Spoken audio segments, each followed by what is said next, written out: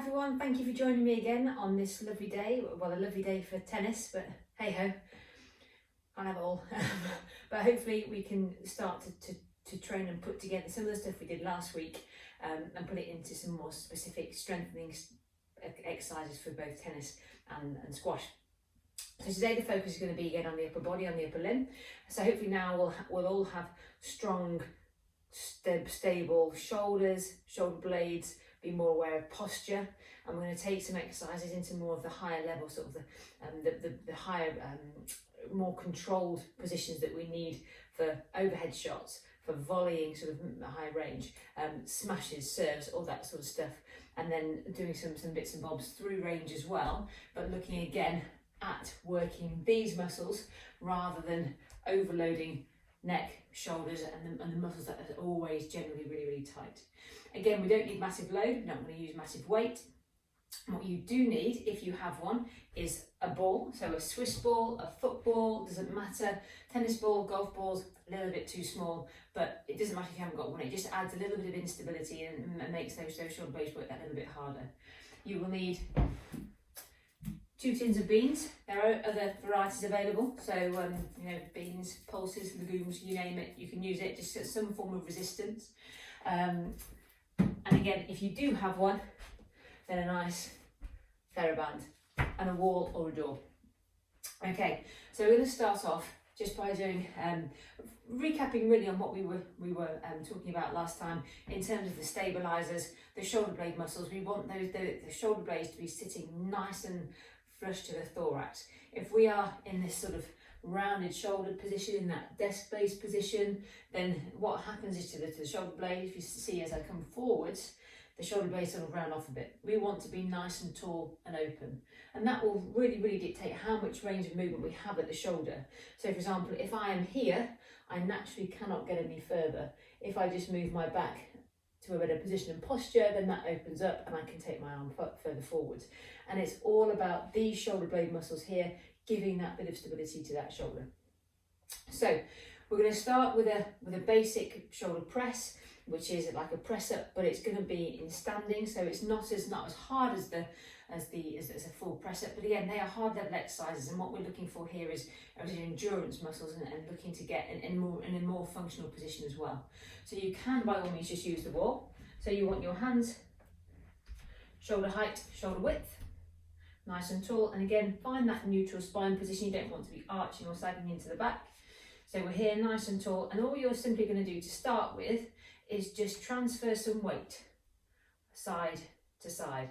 And what you should feel is when you do this, is you'll feel your shoulder blade muscles just gently activating, gently engaging. The shoulders should be down from your ears, and this is just waking up those muscles. If you do have a Swiss ball or a ball, then please do use it, because it will give you that little bit of extra feedback as well. Like I say, this unstable base. So we're just going to be here, just transferring side to side, making it that little bit harder. And then we're going to come into a press. So all that's going to move are the elbows. Okay, so we're going up, elbows down. Keep your elbows in like chicken wings. They don't want to be out here. They're nice and tall. That will set the shoulder again. We're going to do about 20 of these. Just using the wall again is absolutely fine. So 2, 3, nice and slow, nice and controlled. 4, 5, 6, 7, 8, 9, 10, halfway, 10 more. So 10, 9, keep working those shoulder blades, elbows in, 8, 7, 6, 5, 4, 3, 2, and one more. 1, if you want to come down, have a hold, so press down, stabilize for 10, 9, shaking nicely now, 7, 6, 5, 4, 3, 2, 1. Good, come off, have a breather, well done. Good. So yes, you'll get your muscles in your big arm, big arm muscles. The muscles in your arms will be working as well, but it's the shoulder blades there that we want to be causing that bit of stability and working to hold us, to give us this strong core foundation. Okay, so loosen off the shoulders there again, and we're going to go into a little bit of a controlled circuit. This is where your tennis ball, your football, or something else comes in here. If you haven't got one, then just simply do the weight transference on the wall. But this is a lovely little exercise. So your arm comes up a little bit higher. If you've got freshly painted walls, then obviously you probably don't use it here. You don't want to cause any problem, but you're just getting some gentle circles and change direction, figure of 8, spell your name. So a gentle press onto the ball. You're not wanting to force it or want to try and pop the ball. You're just wanting to keep some stability through there. And I can again feel the shoulder blade working. And it's all about working this, relaxing up here and getting those deep stabilizers kicking in, all in this good position. Just do a few more this way. And of course, change sides. Always, always, always do equal and opposite. So do right and left side, no matter if you're right-handed, left-handed. Racket players are a bit lopsided as it is. So let's try and get some stability and get some equality back between our dominant and our non-dominant sides. So this one's a bit pathetic. This feels so much harder. Lack of control. A few more seconds through there. Good, you can go up, you can go down. You can wax on, you can wax off. A few more seconds. 2, 1. Good. I'm going to put that down. Just to here. Okay.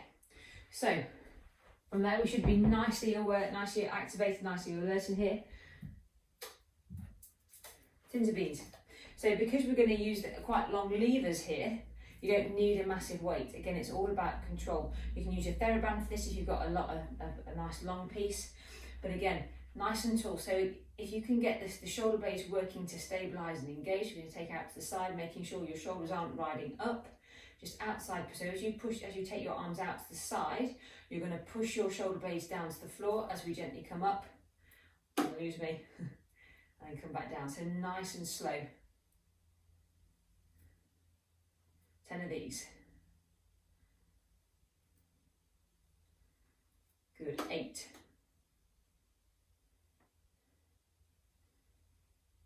7. 6. 5. 4. 3. 2. One more. And 1. Good. And slowly come back down. Cool. So I can now feel shoulder blade muscles working, big muscles working in my arms. We don't want to use a massive weight because you're doing all this through repetition, through 1, 2, sometimes 3 hours of tennis. So if you don't want to fatigue those muscles too quickly, remember training has to be specific, and that's what this is. It's making it work over a long term, over a long scale. So low load, high repetition. Okay, so we're now going to come to our band on here. Hopefully it won't fly off. So tie it nicely to a hook, something like that, a window handle. That always works nicely too. So let's mimic sort of the positions that we work in, and it has to be very much in this position, you know, in volleys, smashes, all that sort of stuff. So this is what we call the open pack position for the shoulder. Really, really vulnerable position for the shoulder. If you think of it sort of, rugby players very easily dislocated in this position as they come in and tackle, simply because there is lack of stability there at the moment, and that's why we have to strengthen, because the skeletal structure and ligamentous structure isn't great. So the muscles around there, the cuff muscles and all the muscles that attach up into the neck and the shoulder have to maintain that strength and stability. So you're not going to get that strength if you don't train in this position. So you want to, and again, it's all about the postural side of stuff. So you want to be standing nice and tall. Think of the shoulder in line with the elbow, so it's not here, it's not down here, it's in that nice position there. If this is sore for you initially, then we're just going to take you down and do the ones we did before, so you're here, all right? Because this can impinge and cause some soreness into the shoulder, but if that feels okay, then you can work here, all right? So we're just going to start in this position, come a bit forwards, get some tension on the band, and we're going to slowly just go forwards and slowly back. So again, it's controlled, it's slow, but it's hard because it's working that long lever in an open pack position. So this long bone of your arm shouldn't be moving at all. And that comes from the stabilizer. So you've got 5, 4, 3, 2, 1. Good. And we're going to turn around and do the opposite way. Obviously do the opposite arm as well. So we're going to come backwards this time. Less movement this way, a little bit harder. 8, 7, all from the shoulder blade. No pain in the shoulder. 5, 4,